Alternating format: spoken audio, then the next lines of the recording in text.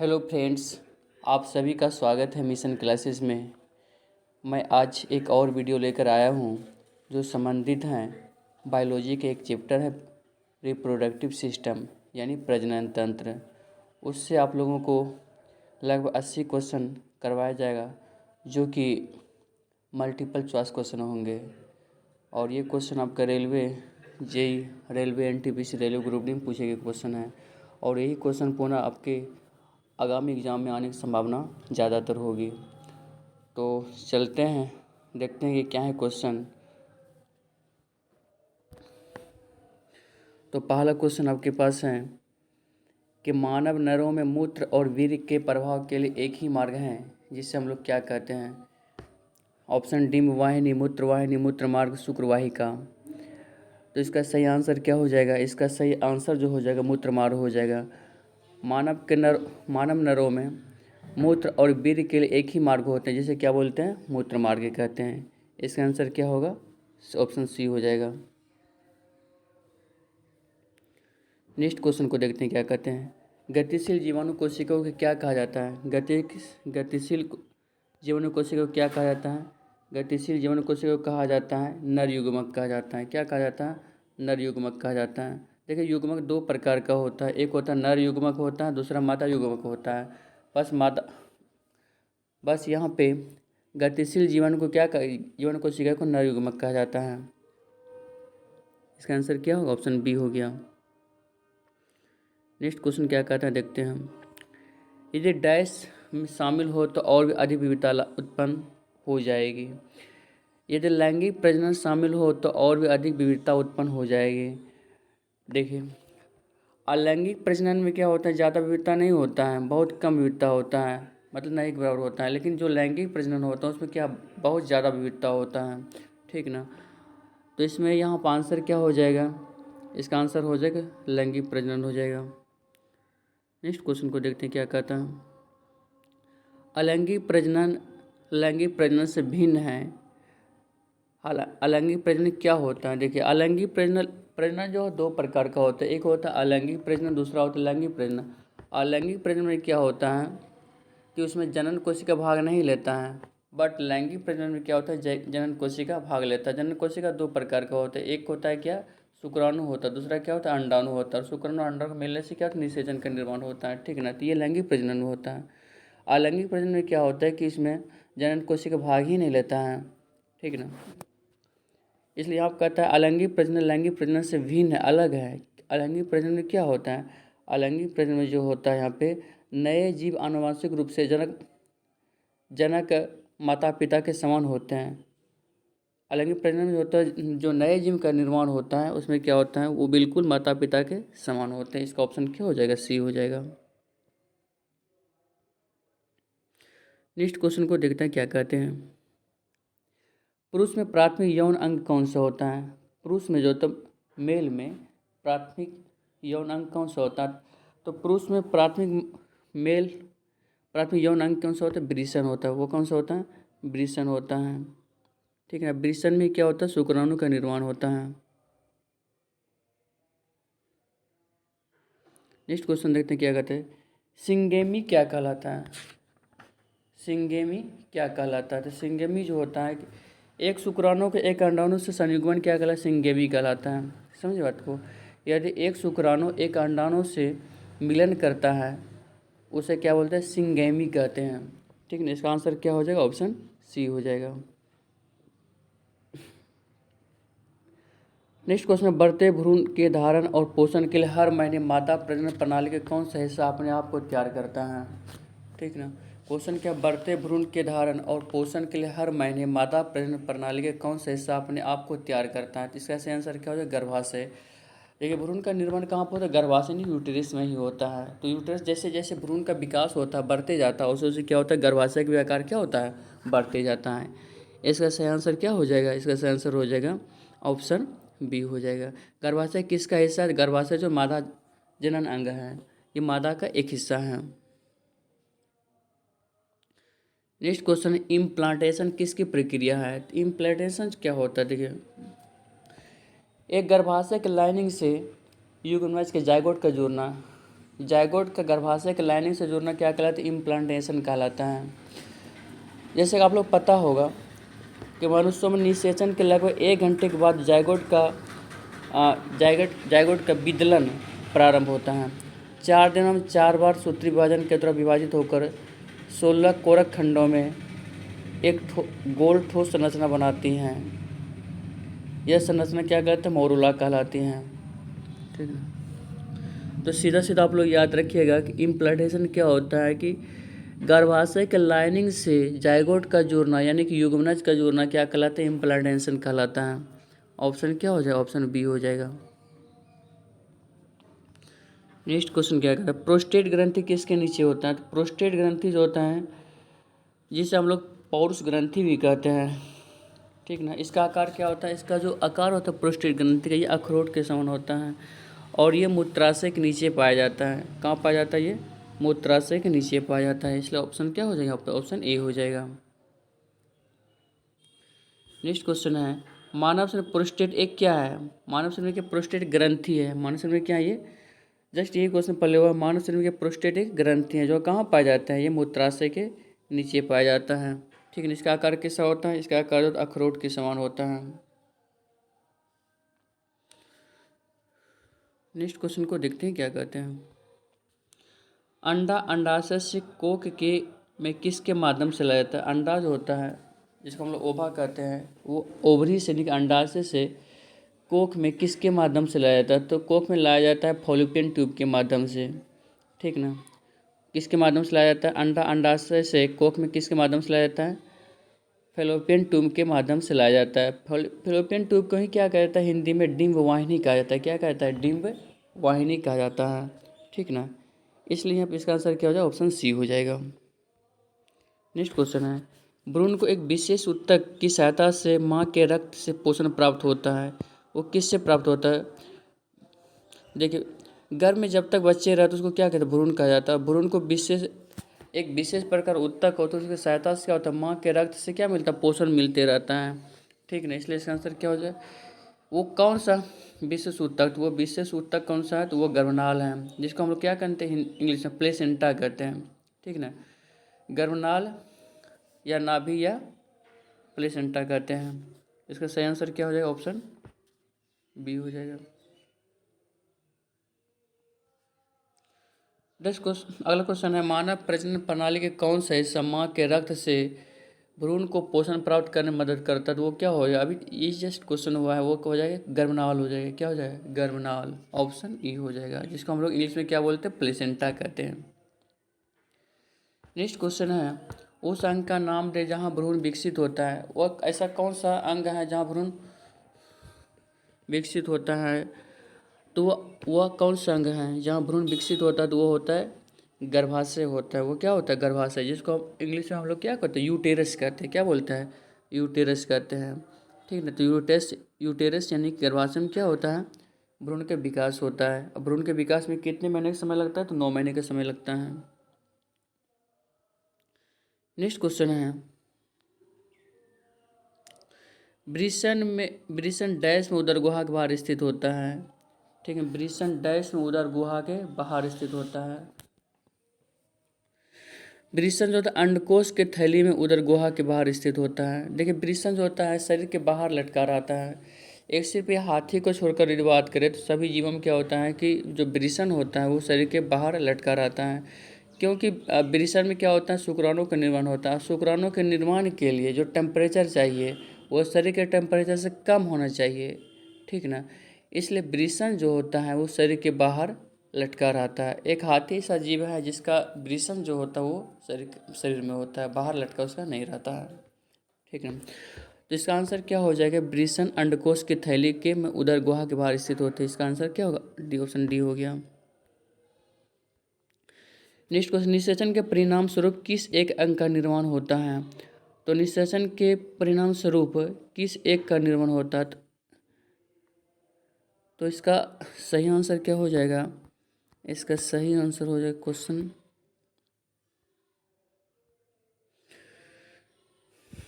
इसका सही आंसर युग्मनज हो जाएगा। निषेचन के परिणामस्वरूप किसका निर्माण होता है? तो युग्मनज यानी कि जाइगोट का निर्माण होता है। जैसे आप लोग पता होगा कि शुक्राणु शुक्राणु और अंडाणु के मिलने के प्रक्रिया को क्या बोलते हैं? निषेचन कहते हैं। समझे? शुक्राणु और अंडाणु के मिलने की प्रक्रिया क्या कहलाता है? निषेचन कहलाता है। और निषेचन के बाद किसका निर्माण होता है? जाइगोट का निर्माण होता है। जाइगोट को हिंदी में क्या बोलते हैं? युग्मनज कहते हैं। समझे? तो ये निषेचन के परिणाम स्वरूप किसका निर्माण होगा? तो निषेचन के परिणाम स्वरूप युग्मनज का निर्माण होगा। ठीक है ना। ऑप्शन क्या हो जाएगा? ऑप्शन डी हो जाएगा। नेक्स्ट क्वेश्चन, निम्नलिखित में से कौन से प्रजनन कोशिका है? तो इसमें युग्मक हो जाएगा। इसका आंसर क्या है? युग्मक। युग्मक दो प्रकार का होता है। एक होता है नर युग्मक, दूसरा होता है मादा युग्मक। नर युग्मक में क्या आता है? शुक्राणु आता है, जिसको इंग्लिश में तो स्पर्म कहते हैं। और मादा युग्मक में कौन आता है? अंडाणु आता है। और शुक्राणु और अंडाणु के मिलने की प्रक्रिया ही क्या कहलाता है? निषेचन कहलाता है। निषेचन के बाद किसका निर्माण होता है? निषेचन के बाद जाइगोट का निर्माण होता है। जाइगोट के बाद किसका निर्माण होता है? भ्रूण का विकास होता है। ठीक ना। अब भ्रूण के बाद क्या? बेबी यानी कि बच्चे के विकास होता है। तो यह ऑप्शन क्या हो जाएगा? ऑप्शन ए हो जाएगा। महिलाओं में यौवन की शुरुआत किससे होती है? तो महिलाओं में यौवन की शुरुआत जो होती है वो रजोदर्शन से होती है। ठीक ना। महिलाओं में यौवन की शुरुआत जो होते हैं वो रजोदर्शन से होता है।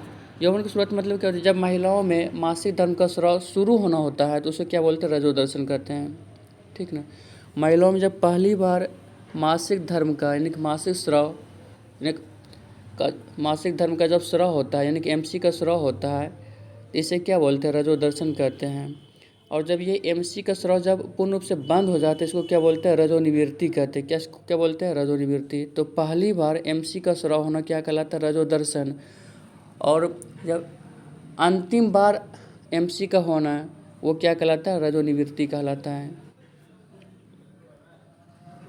तो शुरुआत यहाँ क्वेश्चन का आ रहा है तो क्या हो यहाँ पे? ऑप्शन डी हो जाएगा, रजोदर्शन हो जाएगा।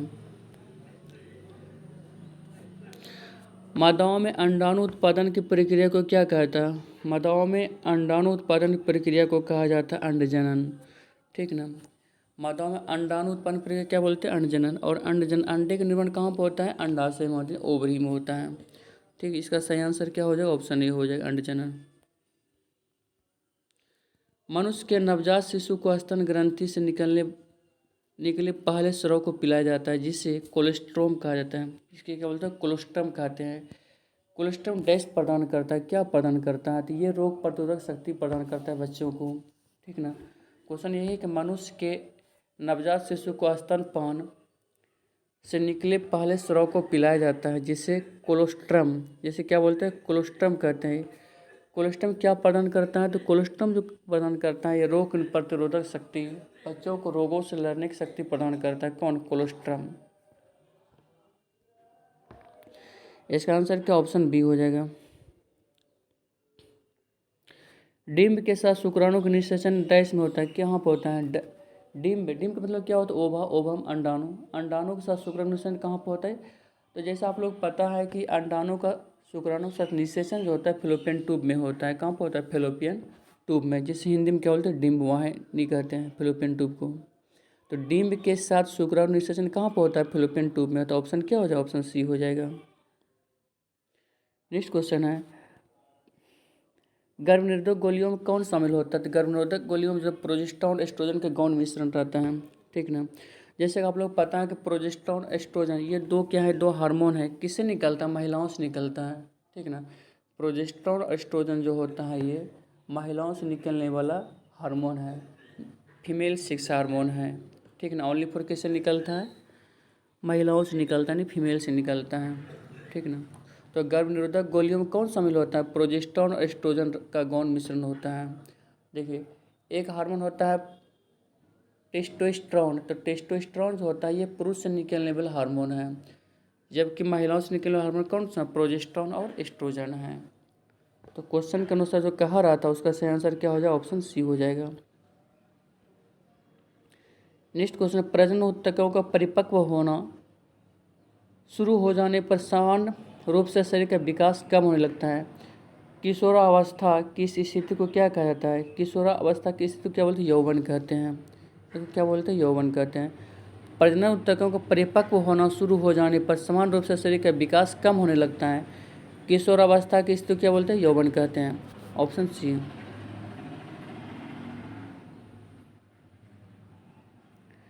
नेक्स्ट क्वेश्चन है, गर्भाशय में भ्रूण को पोषण करने वाला उत्तक कौन सा है? गर्भाशय में भ्रूण को जो पोषक प्रदान करता है वो कौन प्रदान करता है? तो वो प्लेसेंटा यानी कि गर्भनाल प्रदान करता है।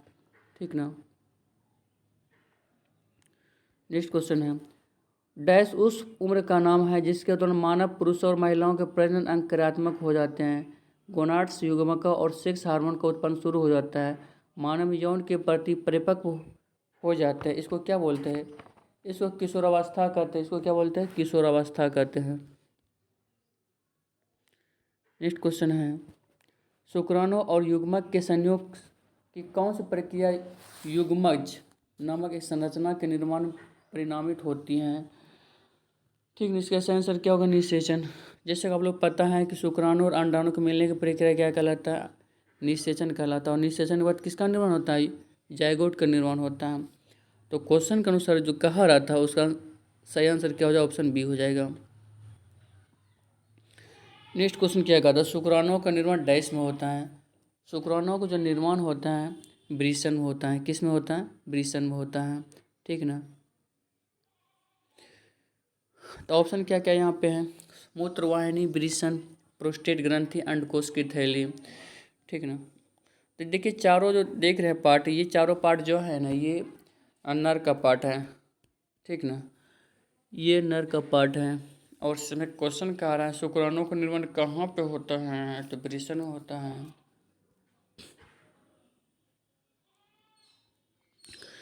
नेक्स्ट क्वेश्चन है, पुरुषों में वृषण कोष शरीर के बाहर क्यों होते हैं? तो इसके पहले भी हम चर्चा कर चुके हैं कि पुरुषों में वृषण कोष होता है शरीर के बाहर इसलिए रहता है कि शुक्राणुओं के निर्माण के लिए सामान्य शरीर के टेम्परेचर के तुलना में कम तापमान की आवश्यकता होते हैं। शुक्राणुओं के निर्माण के लिए जो टेम्परेचर चाहिए वो क्या चाहिए? कम चाहिए। किसके? शरीर के टेम्परेचर से कम टेम्परेचर चाहिए। ठीक ना। इसलिए शरीर के अंदर रहेगा तो शुक्राणुओं का निर्माण नहीं हो पाएगा। इसलिए शरीर के क्या होता है? बाहर होता है वृषण कोष। ठीक ना। क्योंकि शुक्राणुओं के निर्माण के लिए टेम्परेचर जो चाहिए शरीर के टेम्परेचर से कम होनी चाहिए, इसलिए क्या होता है? शरीर के बाहर लटका रहता है। इसका ऑप्शन क्या हो जाएगा? सही आंसर क्या होगा? ऑप्शन बी हो जाएगा। नेक्स्ट क्वेश्चन है, डैश बढ़ते भ्रूण के लिए पोषक उत्तक के रूप में कार्य करता है? तो कौन करता है? भ्रूण पोष। कौन करता है? भ्रूण पोष बढ़ते भ्रूण के लिए पोषक उत्तक के रूप में कार्य करता है। भ्रूण पोष, जिसको क्या बोलते हैं हम लोग इंग्लिश में? एम्ब्रायोनिक फ्लूइड कहते हैं। ठीक ना।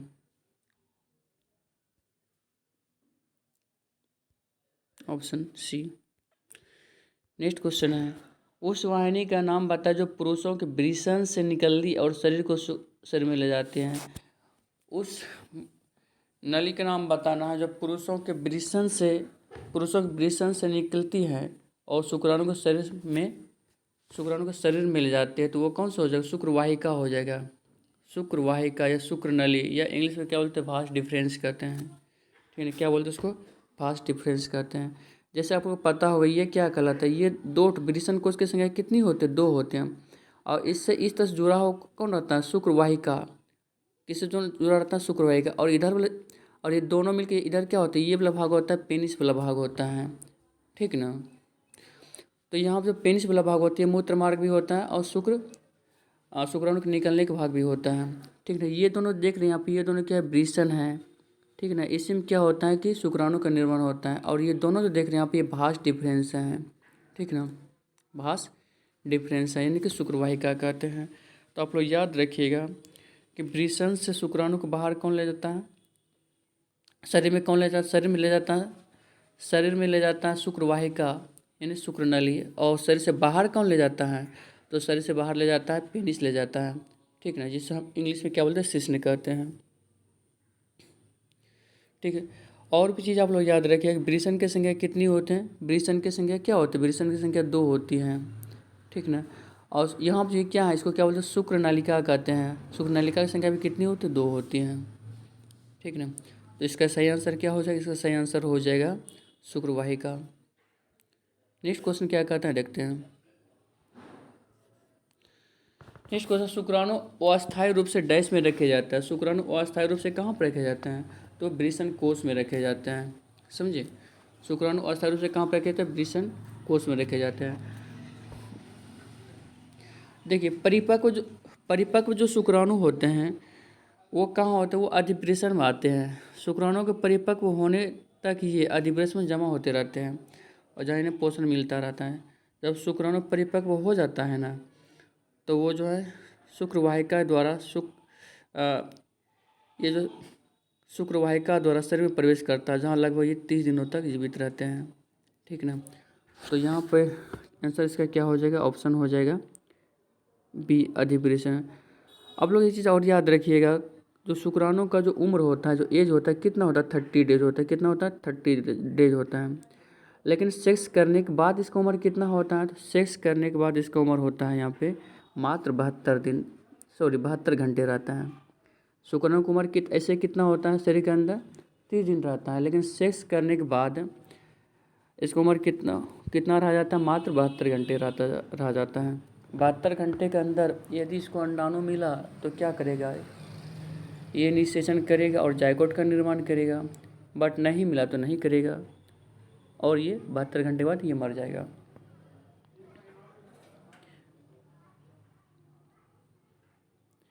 नेक्स्ट क्वेश्चन को देखते हैं क्या कहता है।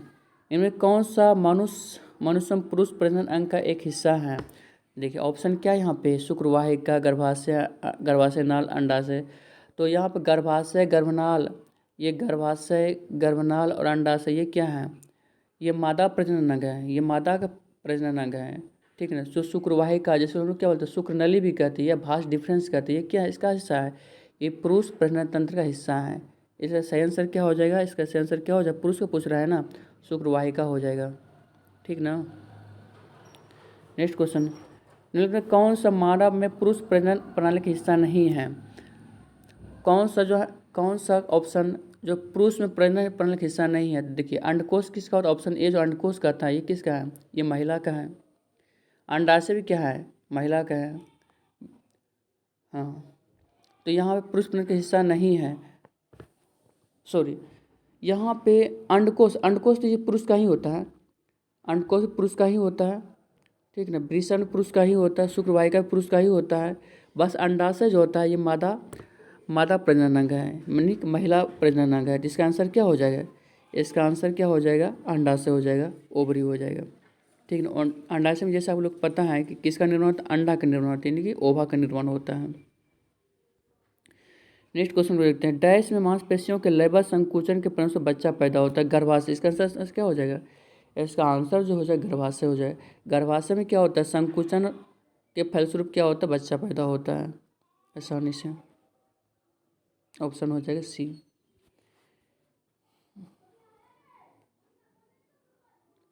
नेक्स्ट क्वेश्चन क्या कहता है देखते हैं। मनुष्य में निषेचन डैश में होता है। मनुष्य में निषेचन जो होता है, देखिए निषेचन फैलोपियन ट्यूब में होता है। किस में होता है? फैलोपियन ट्यूब में होता है। जैसे कि आप लोगों को पता होगा कि शुक्राणु और अंडाणु के मिलने की प्रक्रिया क्या कहलाता है? निषेचन कहलाता है। और निषेचन होता है कहाँ पे? ये वीवीआई क्वेश्चन है। कहाँ पे? फैलोपियन ट्यूब में होता है। ठीक है, कहाँ पर होता है? फैलोपियन ट्यूब में होता है। इसका सही आंसर हो गया ऑप्शन ए। नेक्स्ट क्वेश्चन है, गर्भाशय डैश के माध्यम से योनि में खुलता है। ठीक है, गर्भाशय जो किसके माध्यम से योनि में खुलता है? तो ये गर्भाशय ग्रीवा के माध्यम से खुलता है योनि में। ठीक है, किसके माध्यम से खुलता है? गर्भाशय ग्रीवा के माध्यम से। ऑप्शन डी हो जाएगा। नेक्स्ट क्वेश्चन क्या कहता है। मादा रोगाणु अंडा कोशिकाएं अंडा किस में निर्मित होती है? तो ये हम लोग जैसे पता है कि इसमें पैदा होता है। इसके पहले भी कई बार चर्चा किया है कि मादा रोगाणु कोशिका, यानी कि मादा जो अंडा जो निर्माण होता है कहाँ पर होता है? अंडा का निर्माण अंडाशय यानी ओवरी में होता है।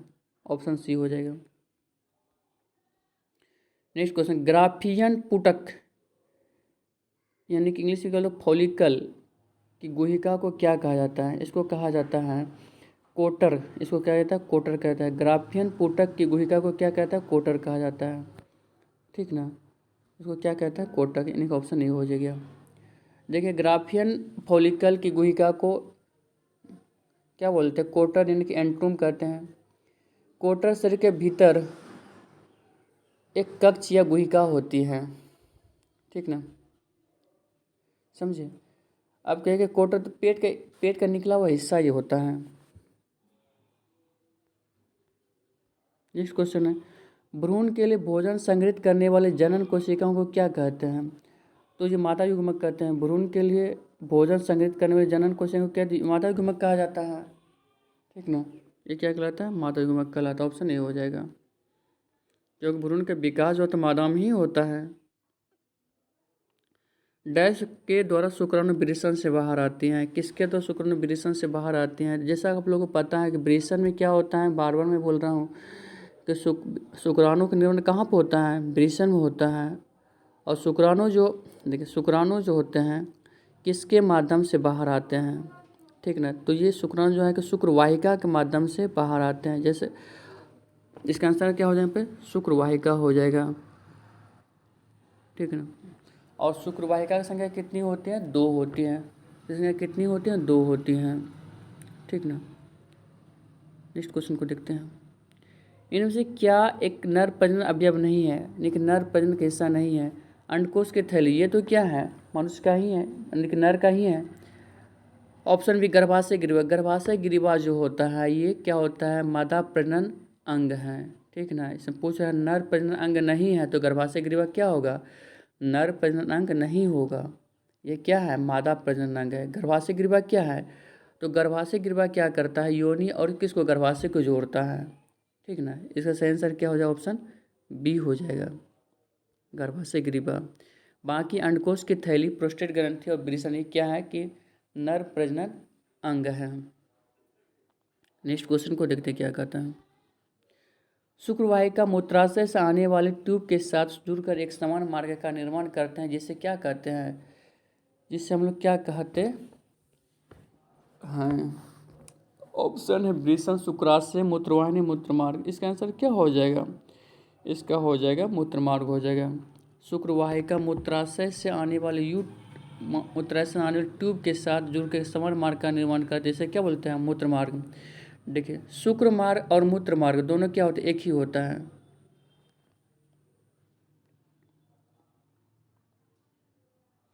ऑप्शन क्या है? ऑप्शन डी हो गया। नेक्स्ट क्वेश्चन को देखते हैं, शुक्रवाहिका मूत्राशय से आने वाले ट्यूब के साथ जुड़कर समान मार्ग का निर्माण करते हैं, जिससे मूत्र मार्ग कहते हैं। ये तो फिर रिपीट ये क्वेश्चन हो गया। देखिए, जैसा आप लोग पता है यहाँ पे, जैसे ये क्या होता है? वृषण होता है। वृषण से इस तरह से कौन जुड़ा रहता है? इस तरह से जुड़ा रहता है, शुक्रवाहिका जुड़ा रहता है। और इधर से कौन होते हैं? ये शिश्न होते हैं। ये शिश्न भाग यानी पेनिस वाला भाग जो होता है, ये दोनों भाग होता है, ठीक है। इससे कि मूत्र का विसर्जन इसी मार्ग से होता है, और शुक्राणु का भी क्या स्खलन यानी कि विसर्जन किस मार्ग से? यही भाग से होता है। तो ये दोनों लिए काम करता है, ठीक ना। बट जो मूत्राशय होता है उसका थैली अलग रहता है, ठीक ना। उससे इधर से जुड़ा रहता है। इधर से क्या मूत्र आएगा और ये बाहर हो जाएगा। और इधर से क्या वृषण से क्या आता है? वृषण से क्या आता है? शुक्राणु आता है। शुक्राणु क्या ये बाहर हो जाता है, ठीक ना। इसका सही आंसर क्या होगा? Option D. नेक्स्ट क्वेश्चन को देखते हैं, भ्रूण विशेष तंतु की सहायता से माँ के रक्त से पोषण प्राप्त करता है। इस तंतु को क्या कहते हैं? इसको भ्रूणनाल कहा जाता है, ये गर्भनाल कहा जाता है, या प्लेसेंटा कहा जाता है। ऑप्शन बी हो जाएगा। नेक्स्ट क्वेश्चन है, अंडे को अंडाशय से गर्भाशय तक किसके द्वारा लाया जाता है? ये लाया जाता है, देखिए यहाँ पे कई नाम दे रहा है, कभी अंड वाहिनी, तो कभी फैलोपियन ट्यूब, तो कभी बीज वाहिका, तो सब कुछ एक ही होता है। अंडे को अंडाशय से गर्भाशय तक किसके द्वारा लाया जाता है? तो ये लाया जाता है बीज वाहिका के माध्यम से।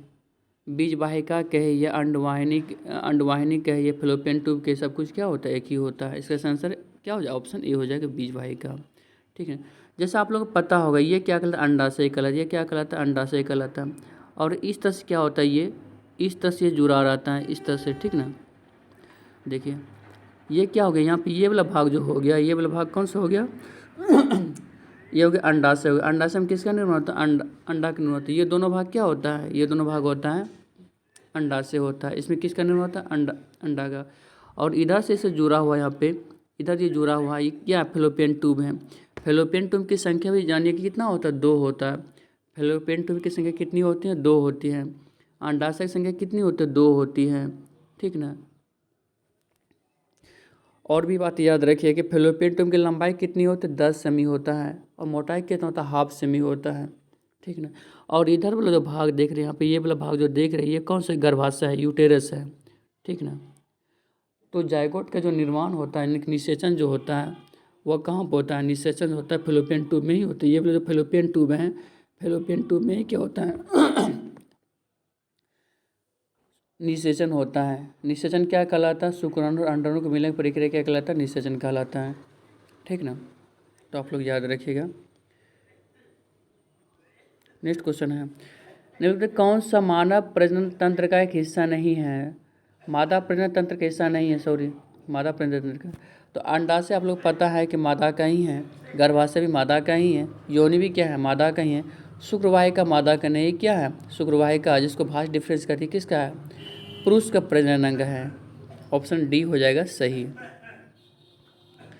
मानव शरीर का कौन सा अंग अंडे को अंडाशय से गर्भाशय तक ले जाता है, तो फेलोपियन ट्यूब ले जाता है। एक क्वेश्चन बार बार आ रहा है यहाँ पे। नेक्स्ट क्वेश्चन को देखते हैं, उस विधि को क्या कहते हैं जिसके द्वारा गर्भाशय में कॉपर टी रखी जाती है, उसको क्या बोलते हैं, उसे कहता है, उसे कहा जाता है, इसका सही आंसर हो जाए क्या, उसका सही आंसर जो हो जाएगा गर्भ निरोध हो जाएगा, ठीक ना। इसका सही आंसर क्या होगा, गर्भ निरोध होगा। उस विधि को क्या बोलते हैं जिसके तो गर्भाशय में कॉपर टी रखी जाए तो उसे गर्भ निरोध कहते हैं। कॉपर टी का जो प्रयोग किया जाता है ना, ये गर्भ निरोधक के लिए किया जाता है। ये महिला के गर्भाशय में डाला जाता है। एक बार कॉपर टी सही प्रकार से यदि लगा दिया जाता है तो युग्मनज और गर्भाशय की दीवारों के बीच बाधा के रूप में कार्य करता है, जिससे महिला प्रेग्नेंट नहीं हो पाती है, ठीक ना। तो इसका सही आंसर क्या हो जाएगा, इसका सही आंसर गर्भ निरोध हो जाएगा, समझ गए। नर प्रजनन तंत्र के कौन से अंग में मुख्य आनुवांशिका सामग्री पाई जाती है, तो इसे सब तो मूत्रवाहिनी पृष्ठ ग्रंथि अंडकोश सब तो क्या है, नर प्रजनन अंग ही है, लेकिन मुख्य आनुवांशिक सामग्री किसमें पाई जाती है, शुक्राणु में पाई जाती है, ठीक ना। किसमें पाई जाते हैं, शुक्राणु में, ठीक ना। इसका आंसर क्या हो जाएगा, ऑप्शन बी हो जाएगा। जैसे कि आप लोग पता होगा शुक्राणु में क्रोमोसोम की संख्या कितनी होती है, तो ये हमेशा क्वेश्चन पूछा है। तो शुक्राणु में क्रोमोसोम संख्या कितनी होती है, तो याद रखिए उसमें 23 होता है। शुक्राणु में क्या होता है, 23 क्रोमोसोम। और अंडाणु में बोलेगा कितना होता है, 23 क्रोमोसोम होता है, ठीक ना। 23 मिलकर क्या होगा, 46 होगा। और जायगोट का निर्माण करेगा। आपको पूछा कि जायगोट में कितना होता है क्रोमोसोम की संख्या, तो जायगोट में क्रोमोसोम संख्या कितने, 46 हो जाएगा, क्योंकि शुक्राणु और अंडाणु के मिलने के बाद किसका निर्माण होता है, जायगोट का। तो शुक्राणु में 23 क्रोमोसोम, अंडाणु में 23 क्रोमोसोम, दोनों मिलकर कितना, 46 हो गया। तो जायगोट में कितना हो जाएगा, 46 हो जाएगा, ठीक ना। तो जो क्वेश्चन कह रहा था उसका आंसर क्या हो, यहाँ पे ऑप्शन बी हो गया। नेक्स्ट क्वेश्चन है, प्रसव पीड़ा डैश की दीवारों में संकुचन के कारण होता है, ठीक है। प्रसव पीड़ा जो होता है, प्रसव पीड़ा मतलब क्या होता है, दर्द होता है, ठीक ना। प्रसव पीड़ा मतलब क्या, बच्चों के जन्म देने के समय जो दर्द होता है उसको क्या बोलते हैं, प्रसव पीड़ा कहते हैं। डैश की दीवारों में संकुचन के कारण होता है, तो गर्भाशय के दीवारों में जब संकुचन होता है ना, तो क्या होता है, प्रसव पीड़ा होता है, ठीक ना। और गर्भाशय की दीवारों में संकुचन नहीं होगा तो बच्चा आसानी से पैदा भी नहीं ले पाएगा। नेक्स्ट क्वेश्चन है, परिपक्व शुक्राणु का उत्पादन कहाँ होता है, तो परिपक्व शुक्राणु का उत्पादन जो होता है वो होता है वृषण में। कहाँ पर होता है, वृषण में होता है। पुरुषों में शुक्राणु का उत्पादन कहाँ पर होता है, वृषण में होता है। शुक्राणु का कार्य है निषेचन की क्रिया के दौरान अंडाणु कोशिका को निषेचित करना है, ठीक है। शुक्राणु का काम क्या है कि अंडाणु को निषेचित करना है, ठीक ना। तो आप लोग याद रखिएगा कि परिपक्व शुक्राणु का उत्पादन कहाँ होता है, ये वृषण में होता है, जिसको इंग्लिश में क्या बोलते हैं, टेस्टिस कहते हैं।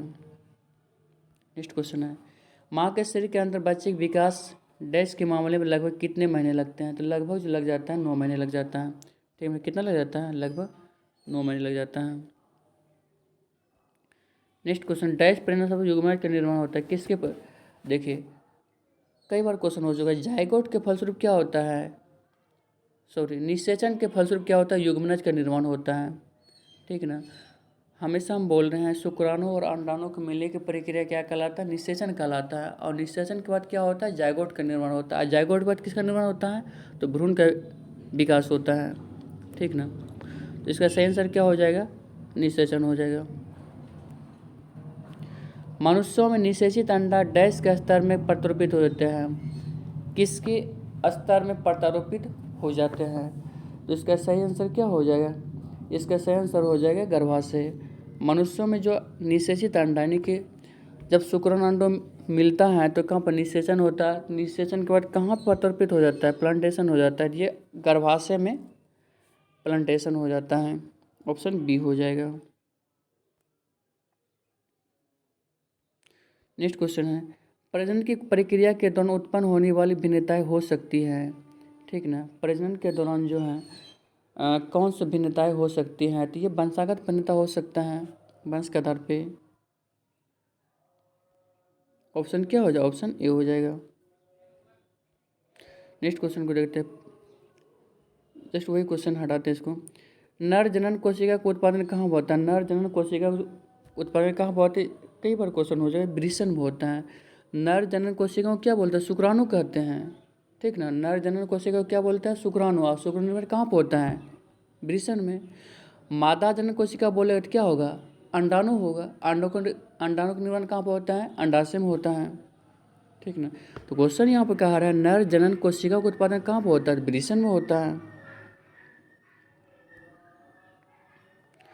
नेक्स्ट क्वेश्चन को देखते क्या कहते हैं। मनुष्यों में पाए जाने वाले प्लेसेंटा ऊतक द्वारा निम्न में से कौन सा काम किया जाता है? तो प्लेसेंटा जिसको हम लोग क्या बोलते हैं? गर्भनाल भी कहते हैं या नाभि भी कहते हैं। इसका क्या काम? इसका काम है भ्रूण से अपशिष्टों को बाहर निकालना और भ्रूण को क्या पोषक प्रदान करना, ठीक ना। जो भ्रूण जो गर्भ में जो पल रहे हैं जो बच्चे, उसको क्या बोलते हैं? भ्रूण कहते हैं। भ्रूण से क्या जो अपशिष्ट है पदार्थ उसको बाहर निकालना और भ्रूण को क्या पोषक तत्व प्रदान करना, ठीक नहीं। किसका काम है? प्लेसेंटा का, ठीक नहीं। किसका काम है? ये प्लेसेंटा का। ऑप्शन सी हो जाएगा, ये आंसर सही है। नेक्स्ट क्वेश्चन को देखते हैं क्या कहते हैं। निम्न में से कौन सा महिला जनन अंग नहीं है? तो महिला जनन अंग नहीं है तो गर्भाशय महिला का ही है। अंडाशय भी क्या महिला का है? फैलोपिंड महिला का है। शुक्रवाहिका एक पुरुष का है। तो बोलता महिला का अंग नहीं है तो शुक्रवाहिका नहीं है, क्योंकि शुक्रवाहिका किसका है? पुरुष का है। नेक्स्ट क्वेश्चन में कौन सा महिला जनन अंग नहीं है? तो कौन सा महिला जनन अंग नहीं है? तो देखिए जस्ट वही क्वेश्चन आ गया, आगे बढ़ते हैं। नर और मादा युग्मक आपस में मिलकर क्या बनाते हैं? नर युग्मक और मादा ये क्या बनाते हैं बताइए? ये जाइगोट का निर्माण करता है, ठीक है। किसका निर्माण करता है? जाइगोट का निर्माण करता है। नर और मादा युग्मक। देखिए नर युग्मक क्या होता है? जो नर युग्मक होता है वो शुक्राणु होता है। क्या होता है? शुक्राणु होता है, ठीक ना। क्या होता है? शुक्राणु होता है। और वही मादा युग्मक कहते क्या होगा? यहाँ पे अंडाणु होगा। मादा युग्मक क्या होगा? अंडाणु होगा। और शुक्राणु और अंडाणु के मिलने की प्रक्रिया क्या कहलाता है? निषेचन कहलाता है। और निषेचन के बाद किसका निर्माण होता है? जाइगोट का निर्माण होता है, यानी कि युग्मनज का निर्माण होता है, ठीक ना। तो इसका सही आंसर क्या हो जाएगा? इसका सही आंसर हो जाएगा युग्मज। नर और मादा युग्मक आपस में मिलकर क्या करता है? युग्मज यानी कि जाइगोट का निर्माण होता है। पुरुष प्रजनन तंत्र के उस हिस्से को पहचान करें जो शुक्राणु और मूत्र दोनों के लिए एक ही मार्ग निर्माण करते। शुक्राणु और मूत्र दोनों के लिए एक ही मार्ग निर्माण करते क्या हो जाएगा? वो मूत्र मार्ग हो जाएगा। कौन सा हो जाएगा? ये मूत्र मार्ग हो जाएगा। नेक्स्ट में मानव शरीर निषेचन की क्रिया कहाँ संपन्न होते हैं? मानव शरीर निषेचन की प्रक्रिया फैलोपियन ट्यूब में होते हैं। फैलोपियन ट्यूब किसका हिस्सा है? तो महिलाओं का हिस्सा है ये, ठीक ना। नेक्स्ट क्वेश्चन, विदलन विभाजन के संबंध में क्वेश्चन कहता है यहाँ पे कि विदलन विभाजन के संबंध में निम्न से कौन सा कथन सही है? विदलन का मतलब क्लीवेज होता है, ठीक ना। कोशिकाओं का आकार घटना क्या कहलाता है? विदलन विभाजन में क्या होता है कि इसमें जो होता है कोशिका का आकार घटने लगता है।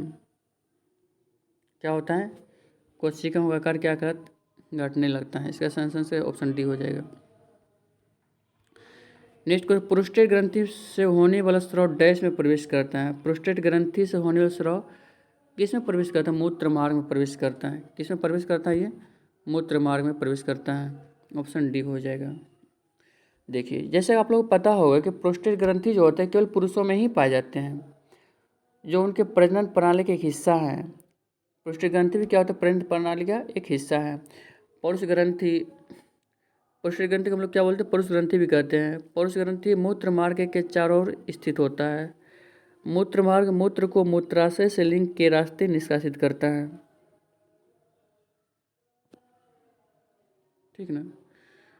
तो नेक्स्ट क्वेश्चन क्या कहता है देखते हैं। डैश युवावस्था के समय लड़कों में दिखाई देने वाली उपस्थिति में बदलाव लाता है, तो कौन लाता है? ये टेस्टोस्टेरोन। देखिए जैसे आप लोग पता होगा कि ये नर से जो एक हार्मोन उत्पन्न होता है, पुरुष से जो हार्मोन उत्पन्न होता है उसको टेस्टोस्टेरोन कहते हैं। टेस्टोस्टेरोन की वजह से क्या होता है? दाढ़ी मूंछों का आना या भारी आवाज़ को होना, ये किसका वजह है? टेस्टोस्टेरोन का ही वजह है। ठीक ना। टेस्टोस्टेरोन हार्मोन की वजह से ही होता है। तो लड़कों में कौन सा होता है? टेस्टोस्टेरोन होता है। वही महिलाओं का बात करें तो महिलाओं में क्या होता है? एस्ट्रोजन होता है और क्या प्रोजेस्टेरोन होता है। ठीक ना। तो क्वेश्चन क्या था? डैश युवावस्था में समय लड़कों में दिखाई देने वाले ऊपर से बदलाव। ऊपर से बदलाव मतलब क्या होता है? भारी आवाज़ को होना, दाढ़ी का आना, मूँछों का आना, ये सब क्या कहलाता है? बदलाव कहलाता है लड़कों में। तो किसकी वजह से होता है? टेस्टोस्टेरोन की वजह से होता है।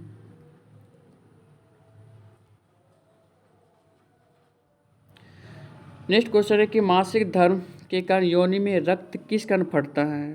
तो इसका आंसर क्या हो जाएगा? इसका सही आंसर गर्भाशय के प्रति टूटने की वजह से होता है। मासिक धर्म हम लोग जिसको केवल मासिक स्राव भी कहते हैं या ऋतुस्राव भी कहते हैं या एमसी भी कहते हैं। एमसी की फुल फॉर्म क्या होता है? मेंस्ट्रुएशन साइकिल होता है। क्या होता है? मेंस्ट्रुएशन साइकिल होता है। ठीक ना। तो मासिक धर्म में जो होता है योनि में रक्त किस कारण बहता है? तो ये गर्भाशय के प्रति टूटने की वजह से होता है। समझ बात को? किसकी वजह से टूटता है? गर्भाशय के प्रति टूटने की वजह से होता है। आंसर क्या? ऑप्शन सी हो गया। नेक्स्ट, निषेचित अंडा युग्मज डैश की परत में समाविष्ट हो जाता है। तो ये किस गर्भाशय की परत में समाविष्ट हो जाता है। ठीक ना। आंसर क्या हो जाए पे? गर्भाशय हो जाएगा। इसके पहले ये क्वेश्चन हो चुका है। नेक्स्ट क्वेश्चन है, उस भाग की पहचान करें जहाँ पुरुष प्रजनन भाग में जनन कोशिकाओं का निर्माण होता है। ठीक है ना।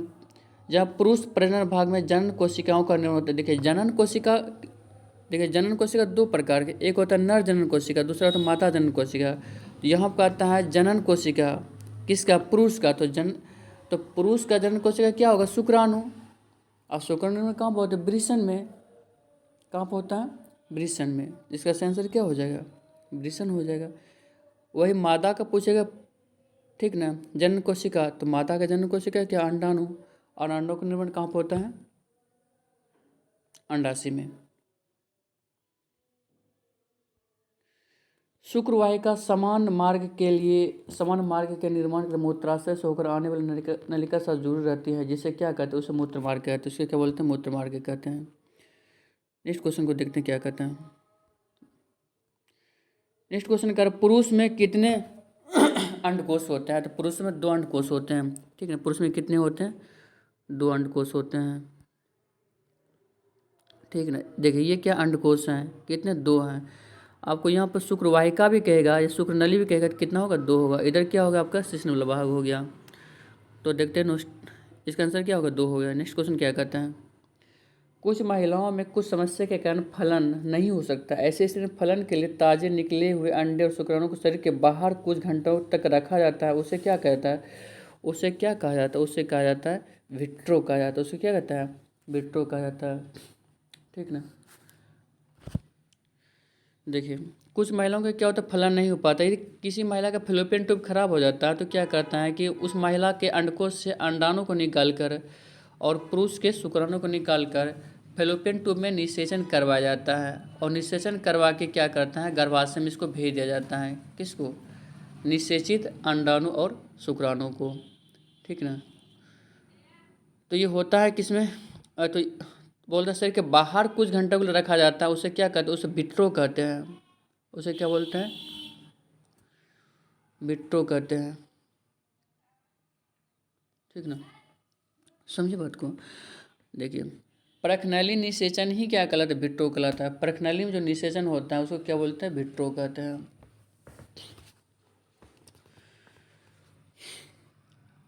इसका आंसर क्या हो गया? ऑप्शन डी हो गया। नेक्स्ट क्वेश्चन को देखते हैं, यौन प्रजनन में अभिभावक का योगदान होता है। देखिए यौन प्रजनन के अभिभावक का योगदान कितना होगा? आधा होगा।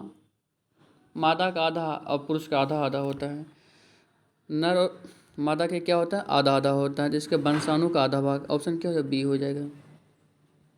नेक्स्ट क्वेश्चन को देखते हैं। निषेचित अंडाणु युग्मनज किससे समाविष्ट हो जाता है। निषेचित अंडाणु युग्मनज किससे समाविष्ट हो जाता है, तो गर्भाशय में समाविष्ट हो जाता है, ठीक ना।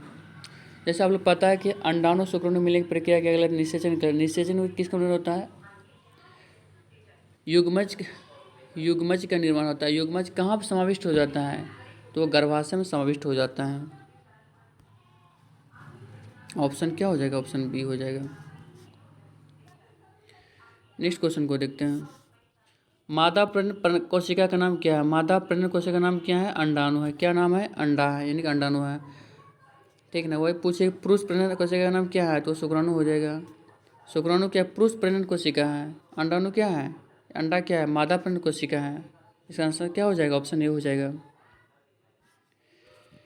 नेक्स्ट क्वेश्चन है, प्रखनली शिशु क्या है, यानी टेस्ट टू बेबी क्या है। तो देखिए इसका सही आंसर क्या हो जाएगा, ऑप्शन डी। डिम्ब का निषेचन प्रखनली में होता है, लेकिन ये गर्भाशय में विकसित होता है, ठीक ना। डिम्ब का निषेचन कहाँ पर होता है, प्रखनली में।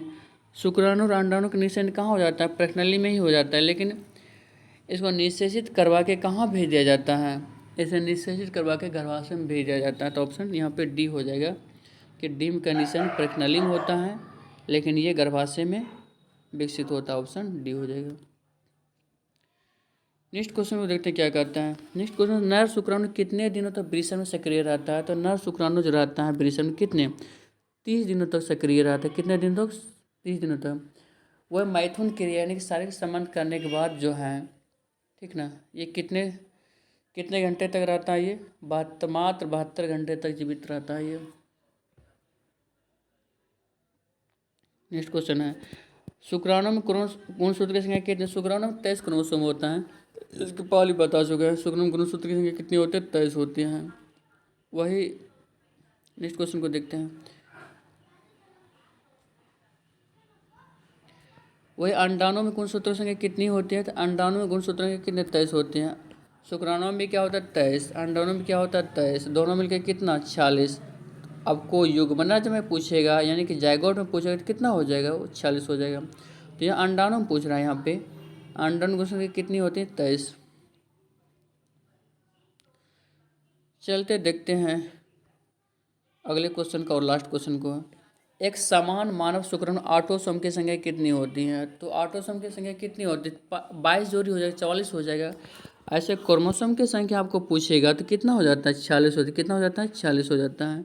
लेकिन यहाँ पे आप लोग को क्या पूछ रहे हैं, आपको पूछ रहे हैं ऑटोसोम की संख्या। देखिए क्रोमोसोम 2 प्रकार के होते हैं, एक होता है ऑटोसोम, एक क्या होता है ऑटोसोम, और दूसरा होता है एलोसोम होता है। क्या होता है, एक होता है ऑटोसोम, ऑटोसोम ही क्या कहलाता है, बड़ी क्रोमोसोम क्या कहलाता है, क्या कहलाता है, बड़ी क्रोमोसोम कहलाता है। और एलोसोम ही क्या कहलाता है, सेक्स क्रोमोसोम कहलाता है, ठीक ना। तो यहाँ क्वेश्चन क्या पूछ रहा था, ऑटोसोम की संख्या। तो ऑटोसोम की संख्या कितनी होती हैं, ऑटोसोम की जो संख्या होती हैं वो 44 होती हैं, ठीक ना। और ऑटोसोम का क्या काम है, ऑटोसोम का काम है बॉडी का निर्माण करना। जबकि एलोसोम यानी जिसको क्या बोलते हैं सेक्स क्रोमोसोम कहते हैं, इसका क्या काम है, सेक्स में भाग लेना, इस क्रोमोसोम की संख्या का काम है।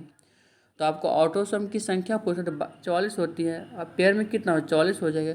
वह एलोसोम की संख्या पूछेगा तो कितना 2 हो जाएगा, पेयर में कितना 1 हो जाएगा, ठीक ना। तो यहाँ क्या क्वेश्चन कह रहा था, यहाँ पे यहाँ कह रहा था ऑटोसोम की संख्या कह रहा था। तो ऑटोसोम की कितना संख्या हो जाएगा, 44 होती है, तो पेयर में कितना होगा 22 होगा, कितना होगा 22 होगा, ठीक ना। देखिए जैसे आप लोग पता होगा कि जैसे यहाँ पे एक्स वाई रहते किसको निर्देशित करता है, ये निर्देशित करते हैं किसको, पुरुष को करता है, ठीक ना। वही एक्स एक्स रहेगा तो क्या होगा यहाँ पे, महिला के लिए होगा। इस तरह से आप लोगों को 80 क्वेश्चन करवाया गया। उम्मीद करते हैं कि आप लोगों को ये वीडियो बहुत अच्छा लगा होगा, और इसी तरह से आप लोग मेरे वीडियो को देखते रहिए, और जहाँ तक हो पाएगा आप लोगों के हेल्प करते रहेंगे, और आप भी मुझे सपोर्ट करने की कोशिश करें। और आप लोग वीडियो देखने के बाद ज़रूर शेयर करें और सब्सक्राइब करें और कमेंट्स करें यदि कुछ कमी रह गया है तो। ठीक है ना। हम मिलते हैं फिर नेक्स्ट वीडियो के साथ। तब तक को आप सभी को वीडियो देखने के लिए बहुत बहुत धन्यवाद।